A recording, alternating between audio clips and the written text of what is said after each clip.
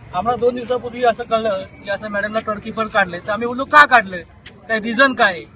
तर मॅडम बोलल्या की छोट्या मोठ्या छुतर काढण्यासाठी काढले. तर बोललो ठीक आहे, आपण सगळे एकत्र येऊ आणि मॅडमला न्याय देऊ, कारण की हे चुकीचं आहे. तुम्ही टर्कीपर असं कोणा काढू शकत नाही.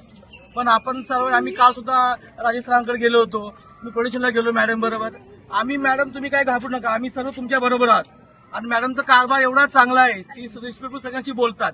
आम्ही शाळेत कधी पण यावं की मॅडम आम्हाला भेटल्याशिवाय कुठलं काही बोलत नाही. ठीक आहे, या सगळ्यांशी बोलणार, काय प्रॉब्लेम आहे काय नाही, मुलांच्या काय अडचण आहे. इव्हन माझी मुलगी बोलली पप्पा टॉयलेट खराब होतं, तर मॅडम आम्ही लगेच सांगितलं. मॅडमनी 2 दिवसामध्ये त्याची तरतूद करून घेतली.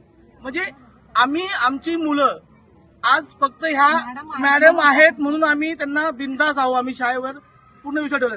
पण मॅडमच नसतील तर आम्ही कसा विश्वास ठेवायचा?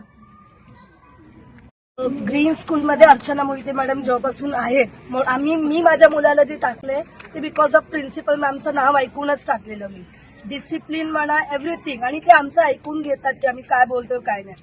आणि जे आता मॅमनी सांगितलंय की मॅम बरोबर जे झालंय ऍक्च्युली ते लॉजिकली राईट नाहीये, इट्स एथिकल नाहीये ते की असं या पद्धतीने कोणाला काढण्याचा अधिकार कोणालाच नाहीये कोणत्याही याच्यामध्ये. And she is a principal, ते प्रिन्सिपल आहे, त्याचं जर रेस्पेक्ट मॅनेजमेंटनी नाही ठेवलंय तर आमच्या मुलांना आम्ही इथं ठेवण्याचा उपयोगच नाहीये. बिकॉज ते काय शिकणार पुढे न्यायालयाबद्दल?